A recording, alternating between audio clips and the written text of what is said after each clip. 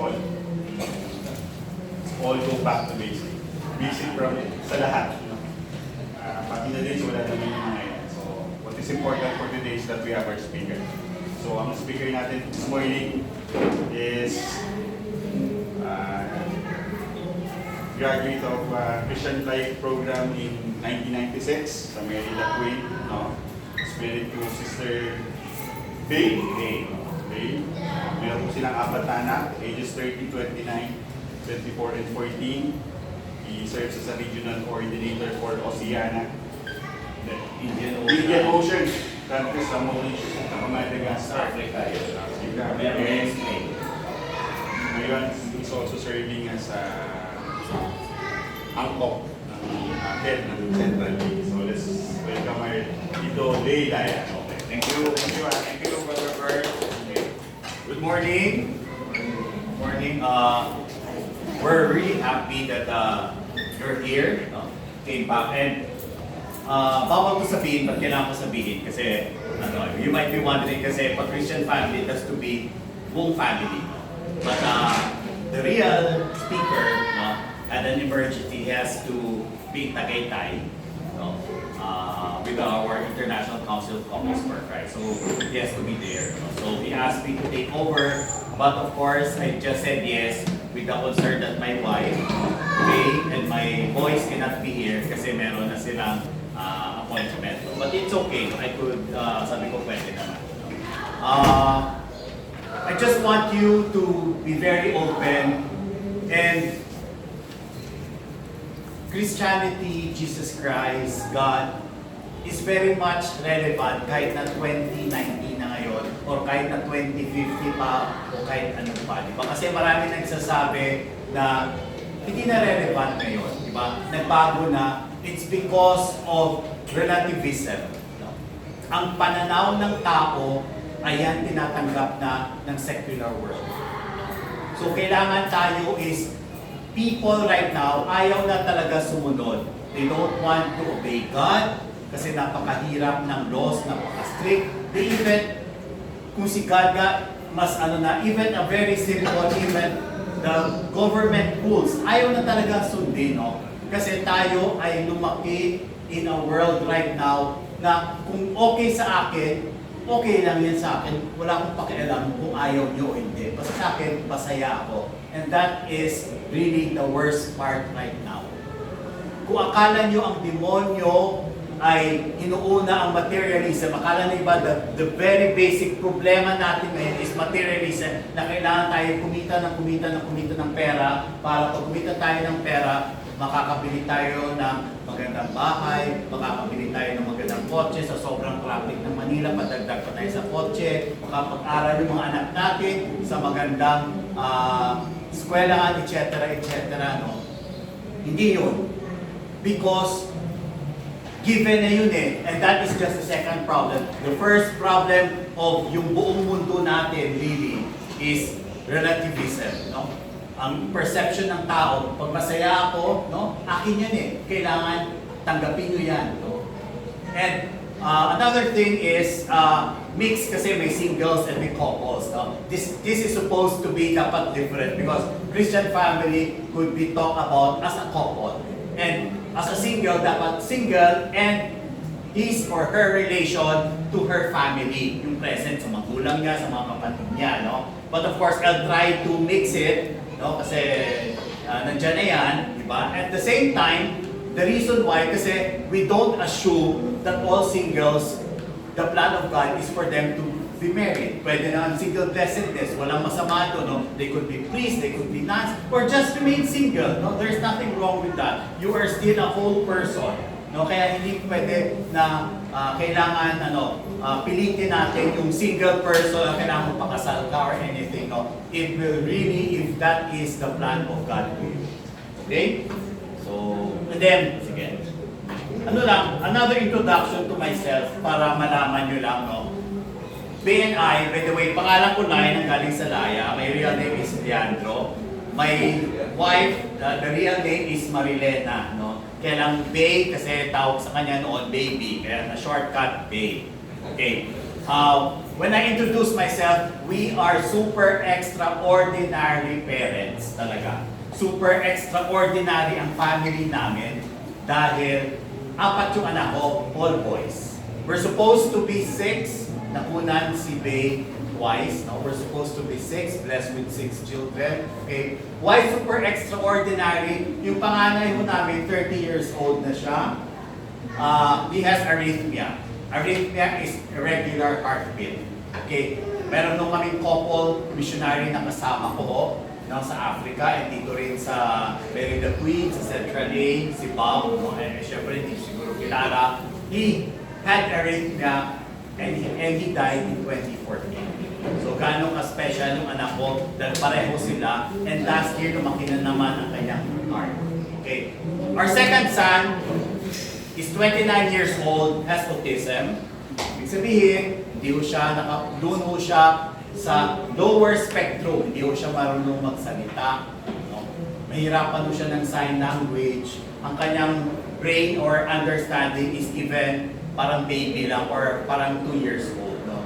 But for us, he is a living angel. Saan ka makakita niya na talagang wala siyang kasalanan? No? Because hanggang ano lang no? What he does right now is just matutulog, kakain, and maliligo, gano'n lang. No? All the basic life skills, gano'n lang. Our third son, which we thought 24, siya yung super average normal, no? My girlfriend, etc., etc. Ito ang kailangan ko i-warn to everybody. Last March, he was diagnosed with depression. We never thought na he will experience depression. Ang saya-saya niya, no? Successful in his own way, no? Wala ko siya ngayon, nasa Canada na ko siya, di ba? Pero he was diagnosed with depression. And our youngest, who is 14 years old, grade 8, no? When si Bay kasi, ang nangyari, when Lawrence was born, parang the OB decided, sabi niya, tama na yan. No? But for us, because we are couples for Christ, hindi yan, for us, the children are blessing. Okay? Kaya lang, in between nakunan, di ba, si Luke, our youngest, supposed to be nag-bed rest si Bay, talagang will ni Lord, no? But at that time, my wife was already 43 years old. No? And the OB was very terrified. Sabi niya, high-risk pregnancy ka, 43 ka, and then of course, with terms of genetics, there's a chance that your child might be autistic, and the second one might be Down syndrome. Di ba? Because of your age. Pero kami naman, it's okay. It doesn't matter to us. No? We trust God. No? And lo and behold, nang pinanganak, tinignan ko talaga si Luke. Okay, very, very normal. So God, praise God. But my God, at the age of 3, hindi na naman siya nakapagsalita. Sabi, bakit ganito to? Diba? Eventually, nag-speech therapy, he was able to talk. So okay lang. But when he was 7 years old or 8, hindi ko na he was diagnosed with ADHD. Attention deficit and hyperactive disorder. But you know what? We've never asked God why. We have never questioned God why. Because God sent us really angels. Kahit 4 boys yan. We are really so blessed. So yun ang gusto ko na how we'll be able to raise a Christian family and the uniqueness of each child that God will bless. Okay? So ito nga, the family ngayon is under attack. No? And then we have to ask, what is God's purpose for our marriage? Para Para makayaman-yaman lang? How many of us really, every year sa gospel, palaging sinasabi, but money will not bring you anything, will not bring you happiness. Pero meron ba tayo naniniwala? Ang titigas ng ulo natin. Hindi tayo naniniwala. But mind you, at my age, pwede ko nang sabihin, 58 years old, true enough, it will not bring you happiness. I thought when I was in your age, bata pa ako, I just want to get rich. Diba? But God allowed me to be able to see that there is more things in life. And little by little, the transformation began. I am not saying na hindi importante ang pera. It is important because we live in a world na kailangan ng pera. Pero money is not everything. Ang dami kong kliyente na tinurn down. Sabi ko, I don't need more clients. Happy na ako sa kinikita ko. Happy na ako kay Lord. No? Happy na. And later on, I will just kukwento ko na. No? Kasi, ano. And then next is, ano ba kailangan ang plano ni Lord sa pamilya? That is what is important. Is for us each day to be able to reflect. Lord, ano ang plano mo sa pamilya? Baliktad, dati ako, Lord, ito ang gusto ko, ito ang gusto ko, ito ang gusto ko. Diba? But what is really is for us to seek what is God's plan for your family. Kasi nang ito ang ginawa ko, naayos ang buhay ko. No? So ikukwento ko, when I was young, I wanted to become rich. Yun lang talaga. No? To be able to get rich. So at the age of, I was working at the age of 23, namatay at that time, kakapatay lang, Assassin's Aquino. So ang gulo-gulo ng Pilipinas. No? So I struggled with jobs. Pero sabi ko, kailangan ko yumaman. Diba? But I was able to find after a few years in a multinational. I was working in a Swedish multinational where I met Dave. Diba? But at that time, grabe tayo talaga sa trabaho. Diba? Thinking na kailangan ko na yumaman. So I was a supervisor at that time. Diba? And syempre, as a supervisor, kailangan pa sa inisip ko, paano kaya ako magiging presidente? So supervisor, meron pang manager, sa manager, may VP pa, may VP bago pa. Sabi ko, layo-layo na, no? Sabi ko, naiinip na ako, di ba? So at the age without knowing, napaka-naive ko, at the age of 30, I resigned. Nagnegosyo ako. And at that time, 92, kaka-end lang ng Gulf War. Maraming sasabi, sira ulo ka, no? Ano lang, kasi sa Gulf War, no, hindi nyo siguro nakutan. Grabe ang gasolina, no? Ang mahal-mahal, di ba? Lahat-lahat. Pero ako talaga, naiinip na ako. I want to get rich. And I will not get rich if I am employed. So nagnegosyo ako, but I work 18 hours a day. Grabe. At that time, dalawa pa lang, 2 boys. No? 18 hours a day. Thinking that lahat ng mauwi ko ng pera will be able really to bring happiness. Totoo, it brought happiness. No? But eventually, God allowed us, when we joined Couples for Christ, to be able to see beyond it. Di ba? Sabi ni Lord, alam mo Laya, ang hirap-hirap ng teachings ko, di ba? Ang pinakamahirap, of course, syempre, is loving Him. That was the past 2 talks. Loving Him and loving your neighbor. Napakahirap. But the next one you have to transcend is the materialism, that it will not really bring you happiness. So unti-unti ko inayos yung buhay ko. So from working 18 hours a day, nagiging 12 hours a day, nagiging 8 hours a day regular, tapos hindi na ako every day. Monday, 4 days a week, naging 3 days a week. Ngayon ho, for the past, siguro naman 10 years, I'm only working 3 hours a week. I only go to my office every Monday from 7:30, 10:30, alis na ako. Papanik na ako. Kailan? Or pag 11, you know. You know what? Because I want to be with my wife and with my children. Kasi nung una, we missed everything. Pinaasa ko sa mother-in-law ko at sa mga sa caregivers yung mga anak ko. Because I was earning, di ba? Pinaasa namin. But we miss a lot of milestones of my children. So sabi ko, na-bless na nga kami kasi may 3rd and 4th. Hindi ko na uulitin, Lord, sa aking tatlong, the 3rd boy and the 4th boy. So alam mo, ako naghahatid sa eskwelahan nila. Ako rin ang nagsusundo kami ni Dave. Diba? Lahat ng mga kami, lahat. Diba? And every day, no, ang bago at 5 o'clock, nagigising kami to be able to have breakfast with our children. And hanggang ngayon nga, ang tanda-tanda na ni Luke, paminsan-minsan, no, kami 4, no, kasi we have breakfast together.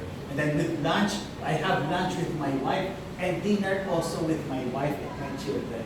Yun ang importante because I don't want to miss out. Maraming sabi, OA nyo naman, hindi yan OA. Because kahit anong sabihin nila about quality time is the number of hours you are spending with your children. Hindi mo pwedeng balik-balik rin ng iba. No? Kaya, inaayos ko yan. Pag traffic, hindi na ako pupunta. Di ba? Meron nga kaming wedding sa Tagaytay sa 20, sabi ko ayaw ko na pumunta. I said no. Because those things are not important to us anymore. What is important is for us to be able to be with as a whole family is our children. So yun, ano bang kailangan dito? Yan, hindi natin pag-uusapan, no? Because the fundamental task of the family is to serve life, no? Pero ang problema nga natin is abortion. Problema. 2 weeks ago, there is an unplanned movie about abortion. Unfortunately, wala pa yatang 2 days, pinown out na ni SM. Dalawa lang nanonood. No? Mas gusto nila si Hello, ano ba yun? Si Goodbye, ano yun? Ano yun ang pinanood ng mga tao? Si Unplanned ayaw nila kasi it's all about abortion. Abortion will tell you about you have a choice. Pro-choice. No? Choice ko yan eh. Bakit? Because you're very selfish. Kaya ka magpapa-abort. Paano yung buhay ko? Diba? Pero di mo ba inisip yan bago mo ginawa? Diba? Inisip mo lang ang sarili mo, na kailangan akong masaya. So if it will end para sa career ko, papa-abort ko. Ganun ang pag-iisip, no? It's all about me. And I know it's all about me. Eventually you'll know it's not about you. It's all about being selfless, about giving, about sacrifice. Doon mo malalaman once you will be able to get married. And even for single people, you have to learn also later on to be selfless. Hindi mo na iisipin ang sarili mo. But the problem is, the world teaches us, kailangan sarili mo, kailangan masaya ka, di ba? Buhay mo yun eh, kailangan masaya ka. No. You will only be able to find and realize happiness if you are be able to give, to be able to be selfless. Kung sarili mo lang wala. And kaya lang, ito lang sasabihin ko sa inyo, no? Kailan ba kayo maniniwala? Kailan ba kayo sabihin? Bata-bata ko pa, kaya mo na si Titulet, tanda na yan eh. You know what? Marami mo kaming mga friends. No? You just don't know when you will be able to join our Creator. As young as 30s, when we were singles, we're serving singles for Christ. Ginawa na sila ni Lord. Ang anak ko, when he was in high school, may classmates na siya going to Baguio na accident. Ang dami-daming paraan. Ang dami-dami na una sa amin. And lalo na ho dito, na when you were in our 50s, hanggang may 58 na ho kami, ang dami na ho namin kasama sa Couples for Christ, na pumanaw na. So when will we start really transforming our lives to God? Hindi pwede sabihin natin na saka na lang. Okay? Ito, male and female. Ako, napakahirap to. If this is very, you know what? Ako, because I work in, my service right now is ang COP, to work for the poor. Talaga pinag-aksayan natin yung panahon na yan, na pinag-debate tayo sa ating Senado, ang LGBT. They have so many, parang, you know what? Ang hirap because out of 100 plus million, siguro kung 1 million man ang LGBT dito sa Pilipinas, paano naman yung 99 million? And paano naman, lalo na yung mahihirap na walang makain, na their number, ilan pa ang poverty rate, 70% of our population are poor. Kaya dapat yun ang pag-aksayan natin ng panahon, tumulong sa mahihirap, paano natin matulungan sila, ma-share ang ating mga resources para tumulong sa kanila. Pero wala, pinag-ano natin yung male and female, di ba? Para to end the debate, no? Parang pwede ko, because it's all about perception, kasi sinasabi ko, ikaw lalaki, napakalakas, sabihin mo, lalaki ako, babae ako, trapped in a woman's body. Ganun din yung babae, no? I am a man trapped in a female's body, no? Eh kung sabihin ko sa inyo, I am an American, a white American, and 6 feet tall, naniniwala ka? Ano yung sabihin ko ngayon sa'yo? Hindi. Kasi perception yan eh. Kung ano ang gusto mo. Di ba? But we have a God who is has mercy, the love, and compassion. Kaya na ganun yung mga perception ng lahat eh. Ganun ako. I serve in Africa, tungkwa ako doon, pamputi ako doon. Pamputi ako doon. Pero nga, pwede kong, yun ang, anong perception mo? No? Pwede kong kahit anong sabihin. Pwede kong sabihin na payat po ako and I'm only 30 years old. Yun ang pananaw ko eh. So dapat paniwala ka dahil yun ang pananaw ko and that makes me happy. And that is what is the issue of LGBT. Perception lang nila yun. And to end, we are not condemning them as persons because they are loved by God and we should love them. What is important is the sin. No? We love the sinner because all of us are sinners, including Pope Francis, all the priests, the clergy, kami rin, lahat-lahat po tayo ay makasalanan. It's only God, Jesus, perfect. But we have to love the sinners, that we are all sinners. But we also have to be able to say what is right and what is wrong in God's eyes. Okay? So next. So not independent individuals producing babies, but husband and wife raising a family. Hindi ho, once kinasal na ho kayo, marami nun, I also give pre-K na talks, di ba? Once you are married, you are one. Hindi na pwede husband and wife, etc. Of course, you have your own, but you are one. And once you get married, it is a vocation. It is a blessing from God. And it will be your responsibility to be able, no? Dalawa ng role mo, no? Magiging husband ka, and then eventually, kung may anak ka, magiging father ka. Ganun din ang wife. Your role will be a wife, your husband, and eventually, if you have children, you will be able to be a mother. Diba? Yan. Ito. Ito ang pinaka-importante that we have the teaching and the training of our leaders. And where will it begin? Sa bahay. Diba? Sa bahay dapat. Diba? Pero anong ginagawa natin? Kawawa tayo. Dahil we are in a world that we have to work. We are in a situation here in Metro Manila. No? Rest lang talaga yung malapit ng trabaho mo. No? Pero grabe ang commute time. No? Even kahit may sasakyan ka pa, paano ka makakarating? And then by that time, you leave so early, kawawa na iwan mo anak mo, tulog pa, or maaga rin siya dahil susunduin siya ng school bus or anything. Diba? And uuwi ka, gabi na rin. Diba? Gabi ka na rin uuwi, minsan tulog na rin siya. Diba? And then after that, ano ang mangyayari? Paulit-ulit mo yung gagawin. By the time it's Saturday and Sunday, pagod na kayo. Pagod na yung tao. And then ikaw naman, pag Saturday, saan anong gagawin mo? Yun ang time sa'yo na mamalengke ka, punta sa grocery, ano mga errands gagawin mo. So wala na talaga. There is very little time.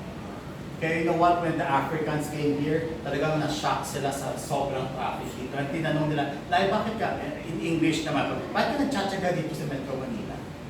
Ba't di kayo pupunta sa Bulacan o uwi ka sa probinsya or anything?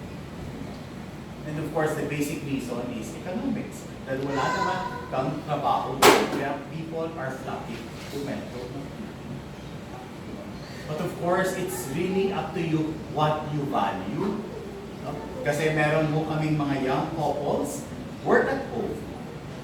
Diba? They are being able to embrace the gift of technology that God gives. Diba? Yung technology o kailangan gamitin natin sa magandang paraan. Diba? So marami mo sa amin ay, hindi naman marami, basta a lot of our young couples, siguro sa iba, nag-work at home na lang. Diba? Or they value na kailangan malapit ang trabaho ko sa ano. Parang hindi ko na kailangan magsakripisyo ako ng ilang oras. Kasi importante sa akin ang aking pamilya. That I will have time for them. Diba? So inaayos nila yung buhay na. Kaya kumita man ako ng malaki, na but I have to travel 2 hours, o dito na ako, less time, diba? Less ang sweldo, pero more time. And you know what? Kung bilangin mo ang time with your wife and with your children, that is priceless. Pero wala, nakakalimutan lang natin ang ating importante sa atin is the peso. Peso. Pero the priceless, the time that you spend with your wife, with your husband, and with your children. Of course, kung sa single, the time you spend with your parents.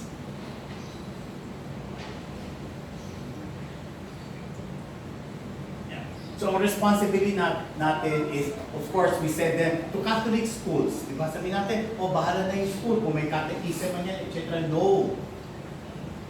They have to see that Christ is very much present sa ating tahanan, sa ating home. Kaya home, no, itawag bahay. Ang bahay kasi it's just a structure. The home is where they will feel the love of God, the love of the parents to each other. Of course, marami rin tayong mga problema, marami tayong mga pagsubok. There will always be difficulties, trials, and everything. But what is important is the center of our hope will be God. So as simple as praying every meal, no, magpapasalamat tayo. As simple as for our, ngayon, a 14-year-old, na maliit pa siya hanggang ngayon, no, hindi siya aalis ng bahay, hindi siya pupunta sa school na kundi siya namin na pray over. Kaya nga kami, it is also, hindi naman tinatawag ko ang sacrifice to wake up at that early, at 5 a.m. to be able, no, pag kailangan yun eh. No? Dahil mahal namin, he has to feel our love. Hindi pwede sabihin mo lang love. Kailangan makikita nila na talaga, no, ang pagmamahal ng magulang sa isang anak.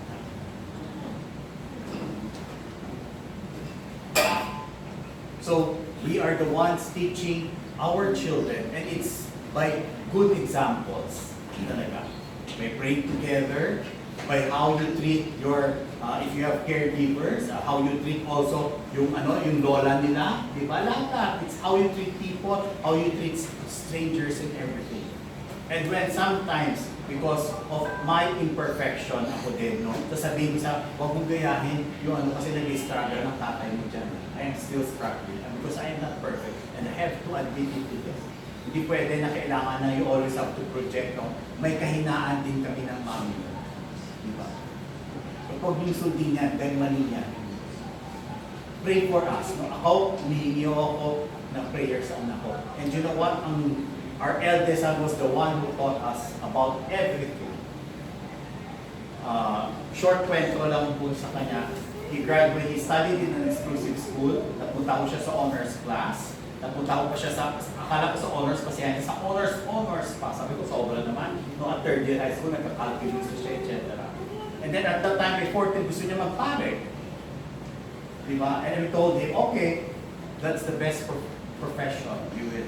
We will support you, pero huwag ka na dyan mag-aral sa exclusive school. Lumipat ka sa UP.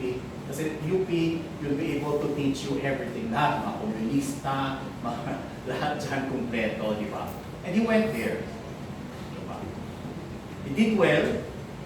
After that, he worked in a multinational company. And then after less than 2 years, hindi rin siya masaya. No? Yung pera niya hindi siya masaya.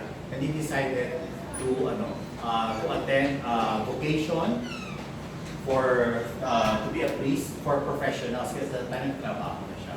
But after that, sabi niya, mag-volunteer muna siya. So he volunteered sa Jesuits. He was assigned sa Mindanao. Nagturo siya doon. No? Nagturo siya sa math, nagturo siya ng chemistry, lahat kasi yung ano niya. And then when he came back, sabi niya, magpapari na ako. So he applied sa Jesuits kasi there is the pre-novitiate, hindi ka diretso tatanggapin, di ba? There were 18 of them in the pre-novitiate. 1 year ka, nandun ka lang, no? Sa novitiate house, di ba? And then, umuwi lang siya isang taon yata, thrice lang, di ba? And eventually, out of 18, 3 lang nakuha. Hindi siya napili. We were a little bit devastated. Kasi sabi ko, Lord, ang konti-konti na ng pare yung anak namin, inalay na namin sa'yo, di ba? Hindi pa rin siya natanggap, di ba? But of course, God has His plans. Unti-unti, naka-recover kami ng mami. Kami ni mami niya na-devastated. Siya, tanggap niya eh, di ba? Tanggap niya kaagad, di ba? And you know what? Our son, our eldest son, has taught us really how to be able to be simple. Simple-simple lang talaga ang buhay niya. Everything, meron siyang mga godmothers, godfathers, di ba, na nasa abroad. Ilang taon niya, 30 na siya, sabihin, Leonard, for the past 15 years, hindi ka na nalagaluhan, anong gusto mo? Sasagot niya, if you want to give me cash and I will donate it to the poor. Alam mo yung anak namin, pupunta yan sa, magpapabili ng sapatos. Diba? Noon pa, hindi pa siya yung nag-volunteer. Bibili siya ng sapatos, ang mura-mura, kailangan less than 500 pesos. Hindi siya bibili ng mamahalin. Diba? Sobra-sobra talaga. And every time, ngayon there's a family, ayaw niya sabihin, huwag niyo na akong bigyan, sabihin niya sa lola niya, sa mga, because I don't need anything. I'm already happy. And sabi ko, Lord, napaka-bless naman namin. May anak kami na baliktad, siya nagtuturo sa amin. Diba? Siya nagsisimplify ng buhay namin. Diba? Gusto ko sana siya mag-share dito kaya lang may lang siya sa'yo. Pero ngayon, he is, right now, doon lang mo siya. After that, he went to Iloilo. He taught there for 2 years. Ngayon, balik po siya sa amin. Nagtatrabaho siya within, malapit na sa Bali, nalakad niya na. Kasi ayaw niya na, because of his arrhythmia, ayaw niya mag-commute ng malayo kasi napapagod siya, etc. So, buti na lang, lead siya ni Lord sa trabaho na linalakad niya. So, umuwi rin siya pag lunchtime, kasama namin siya sa pagkain. Saka makita, tanda-tanda ng anak namin, tapos kumakain kami ng sabay. Diba? Lahat yan, sabay kami lahat. Diba? Okay? So, the family is a place to transmit wisdom and values. Ito ang pinaka-importante. Hindi pwede kanya-kanya na lang tayo. Diba? But again, to be able to, yung isang namin anak na nasa Canada ho siya, di ba? Pero magkaiba ho siya, sabi niya yung panganay ko, I'm happy here, a simple life. Di ba? Pero yung anak namin, he has these dreams. Di ba? Pero sabi namin, we will let you experience there. And ikaw na God will lead you to, you could still, kahit saan ka naman you could be able to still be with God. Pero sinabi ko, pag ang gulo-gulo ng Canada, pwede ka umuwi dito.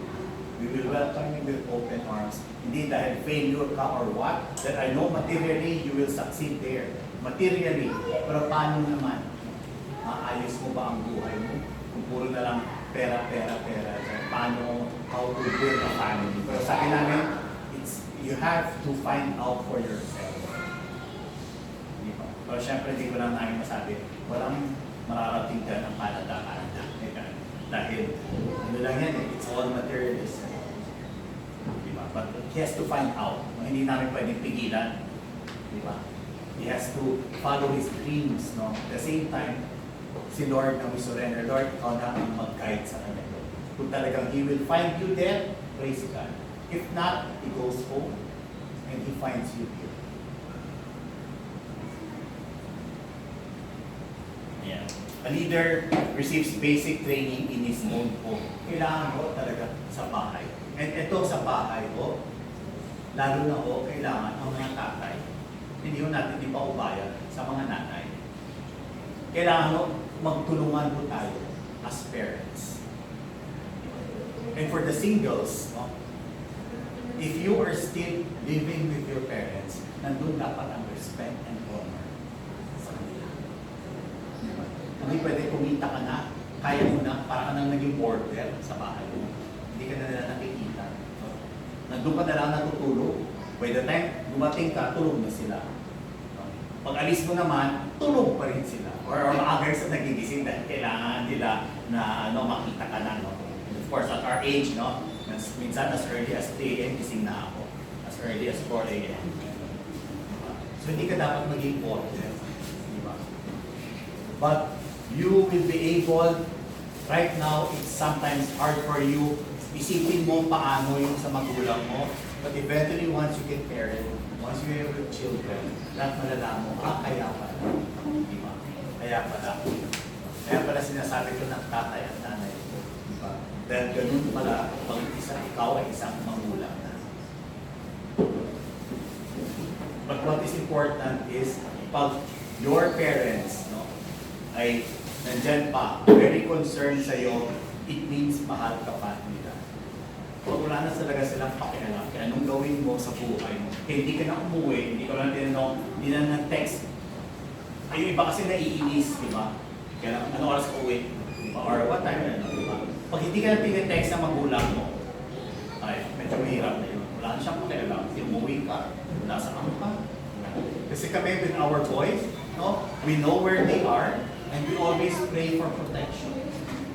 Umuwi ka ng gabi, umuwi ka ng 12 midnight, umuwi ka ng 3 a.m., whether it's work-related or what, no, we pray for protection. Hindi yung bahala ka na lang sa buhay mo. And then of course, the family should be domestic church. Dito ho nag-uumpisa. Before we go to a bigger community, which is our parish. Diba? Doon ho yung domestic church. That God should be very much alive. And paano mo mararamdaman nila, aside from, of course, yung routine na nagdadasal kayo and everything, it is how yung pagmamahal ng Diyos ay matatransmit natin sa ating mga anak. And of course, yung kayo din ang mga singles, matatransmit nyo sa mga magulang na magmamahal. Mahirap po, ako marami, it's so hard for us to raise 4 unique boys. Iba-iba ho sila. And then iba-iba pa ang kanilang generation. Diba? Yung pangalan namin millennial, kasi 1989. Diba? Eh, syempre yung second, hindi na siya millennial. Dahil wala nga siyang diba? And our third, no? Patapos na ang millennial stage, nasa centennial na sila, iba-iba na sila. And kami baby boomers, no? But what we do really is to be able to continue aside from, of course, all the learnings here with God, no? Ang dami rin ho namin, nagbabasa ho kami, di ba? Nagbabasa ho kami. We are all, hindi ho pwede na tumigil lang ho kami. Especially with the uniqueness of our, no, may arrhythmia, may autism, may depression, may ADHD. Lalo na ako, depression, palagi ko talaga inano. We have Youth for Christ and Singles for Christ. Because our son, we just really thought that he was really a very happy person. And all the while, we were just, may nag-suicide sa Facebook. Yung ano yata, yung binidyo niya pa. Di ba? If you remember, last time ba yun? Or what binidyo niya pa bago ang kanyang suicide. Di ba? And I made a comment, sabi ko kawawa naman yun. Tapos sabi ng anak ko, you just don't know what he is doing. Bakit gano'n ang support? And eventually, he posted a very, post, di ba? And I was alarmed. And then, we're just blessed because my sister na Tongporo sa US nandito at that time. So sabi ng sister ko, kailangan siya makausap. Diba? Because depression hindi lang dahil may problema sa family o may problema sa ano. Depression could be biological disorder. May hormonal imbalance. Kaya gano'n. Marami kasi hindi nakakaalam eh. Diba? Sabi niya, so, my sister, I was able to talk to him. Huwag kang magalit, pero ganito. And you know what? My son agreed to see a psychiatrist. And true enough, he has a biological disorder. Doon nagagaling ang depression. Not because may problema siya sa amin, may problema siya sa kapatid niya, may problema it was biological disorder.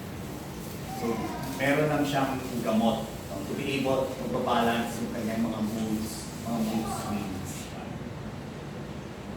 Kaya ako, sabi palagi kong sinasabi, akala na natin kasi yung depression na suicide, hindi napansin, galit sa mundo, hindi ko yun. There are people who will have depression because it's a biological disorder. Yeah. The gospel is transmitted and radiates in the family. Kaya importante ho, ito, kaya ako tumagal sa Focus for Christ, 23 years na ho ako. Kasi ito lang ho ang community na nagturo sa akin na kailangan ko isabuhay ang gospel, ang salita ng Diyos. Pero basic example lang, yung kapatid ko, apat ko yung mga kapatid, yung panganay ko namin na favorite ko ng tatay ko. Diba? Favorite ng tatay ko. Pero of course, unfortunately, hindi ko siya mapalad, no? Laki-laki ko ng inutang niya sa amin kasama. But God allowed me to be able to forgive him. God allowed me na hindi ko na siya sisingilin ng utang. And even recently, last year, God allowed me yung maliit na inheritance ko sa Bacolod. Binigay ko na sa kanya dahil narimata ang bahay niya. Because what is important is not really the money. What is important is the relationship. Diba? The other time po, 2019, 5 years ago, pinansa po bahay namin sa Sikatuna Village. Pinansa for our man because of what God taught us to be simple. It was our wedding anniversary. No? So, instead na kakain kami sa masarap na mahilig naman ho kami kumain ng pizza. No? So, nagpa-order ho kami sa isang pizza. Hindi ko may mention yung pangalan. Order ho kami ng pizza. Kaya yung anak ko na isa, may therapy siya, so sinundo ko namin. So sabi ko, by the time pa-uwi na yung two older boys, no, nandan na ng pizza, di ba? Before we arrived sa bahay namin, dumating ho yung pizza delivery, pagbukas ko ng gate, pumasok 4 na mga lalaki. And nandun na ho was our special son, and then our 2 caregivers. Rinansa ko yung bahay namin. Kaya lang wala naman akong pera, hindi naman ako nagtatago ng pera, wala siya nakuha ang pera. But of course, nakuha niya yung mga cellphone, the computers, the iPads, etc. Ang blessing lang mo doon, hinanap ko namin yung passport kasi we were supposed to go to Africa in 3 weeks time. Hinanap namin, pagdating ko, wala. Yung pala tinapon niya. Siyempre, hindi naman kailangan yung passport. And then, praise God, hindi sira-sira yung passport. Diba? Yun, no? And another thing, which I will honor my wife, wala ko sinasabi, tinako ko yung jewelry niya. Because at that time, when I was courting her, and I thought that the diamonds that I will give her will bring her happiness. True enough, noon, no? Worldly kami. Don't kuha siya, bigyan ko siya ng engagement ring, lahat. Kaya nung couples for Christ na kami, hindi naman niya sinusuot. Alam naman pupunta siya sa prayer meeting namin, nakasuot-suot niya. So he never wore. Even magninang-ninang siya, hindi niya siya masyadong excited sa gano'n. Diba? And then it was stolen. But I honor my wife, not a single tear. Hindi ko siya umiyak. Hindi niya iniyakan ang kanyang mga jewelry. And even for us, nagulat ko yung pulis ng Anonas. Dahil marami pa sa mga tanong, ang sinabi ko lang sa kanila, kung makita niyo ulit, kakausapin ko. Kasi papatawarin ko sa kanila. At kung gusto mo, I will give them, I will talk about that. Kaya nga kulang pa hindi pa kami nag-CLP, kaya magnanakaw sila dahil they were exposed in a world na sobrang cruel, kaya nga sila nagnakaw. Nagulat ko yung pulis. Kasi akala niya, humihiw siya ng pera para hanapin namin, para ipakulong. Sabi ko, hindi kita bibigyan ng pera para kung mahanap ko siya, papatawarin ko namin yung nagnanakaw. We have to move on with our lives. We have to trust God. Pero maraming ganun, no? Diba? And again, no, we never questioned Lord why. There was no why, but there was the trauma. At talagang paranoid ka magbukas ng gate mo kasi kung sino ang mapasok. Next, God's plan for the family is not happening. Yan. Ang dami-dami na hindi nagano because God lost His central place in the family. Kaya wala na, nagkanya-kanya na lang tayo lahat. Diba? Kasi ayaw natin, ako palagi ko sinasabi sa mga anak ko, right now, no, of course, minsan ang tatay mo, sobra din minsan, no? But you have to say also, no? I will also respect, no? Pero kailangan tayo, it's an open communication. So there will be times na I will know kung talaga you want your quiet time. There will be also a time na kailangan family. There will also be a time sa girlfriend mo. There will also be a time for there is a time for everything. Kailangan ng pag-usapan. Hindi naman namin na sa lang, no, sa atin ka lang, no. You are, kailangan ka rin umikot yung mundo mo. Diba? So palagi yung namin pinag-uusapan yan. Lahat. Diba? Even right now, yung pato nasa Canada, diba? May girlfriend doon siya iwan dito sa Philippines. Diba? Minsan, syempre gusto mo makipag-FaceTime, diba? Pero pag sinabi niya syempre alam namin, wala, kausap niya si girlfriend. Alam na namin yan eh. Pag hindi siya pwede kausap ng girlfriend, okay lang yun. Hindi na natin. But if there are times, ang maganda lang is, he also sees to it na nag-uusap po kami, hindi lang once a week, at least twice. And we could talk anything, no? I could talk anything, even about sex to my boys. Lahat ko pinag-uusapan. Wala akong bawal. And then meron pong isa na talagang, minsan as a magulang, sinasabi mo, tama ho ba ang ginagawa namin? Tama ho ba ang ginagawa namin? Are we really leading our children to God? No? Just last week, our 14-year-old, tuwang-tuwa kami dahil naging good Samaritan siya. Di ba? Meron siyang classmate na girl sa likod, nagkaroon. So sabi niya, there's just blood, dad and mom, and gano'n, di ba? And syempre, ayaw tumayo. Alam mo naman, no? All the teenagers are cruel. Patawanan, pag-ano, di ba? So you know what? Sinabi sa kanya, Luke, can you just stay first? So hanggang nag-dismissal ko, no? Si Luke was there, tinawag mo yung teacher, pinakuha yung go bag, kasi sa go bag, may sanitary napkin, etc. Tinulungan niya, hindi makabuhi. Sabi ko, grabe, I never realized, no, na ganun ka pala ka-compassion. Kasi yung anak ko, mahiling na kuya yung mga video-video, gano'n, di ba? But we just never realized, kung nagawa niya yun, and we're thankful to the Lord. Dahil yung gano'n niya, how you'll be able to treat yung kasama ko namin caregivers, the reason why meron mo kaming kasama tayo, kasi may special adult kami. Kung wala lang ko, kaya naman namin mabuhay, no? But kailangan mo namin yun eh, kasi kailangan talaga may nakatutok sa kanya, no? But sabi ko, we treat them, kaya kung tawag kasambahay, they are part of our family. Diba? Pero saan ka mo makakita, kahit yung panganay kong anak, nagbuhugas po ng pinggan, kahit nandiyan mo sila. Ako, nagluluto pa ako. Hindi ho, namin, you are part of our family. And the biggest part na kailangan namin, sabi namin, kasi kanina nga sa introduction, we go also to Africa. Sabi ko,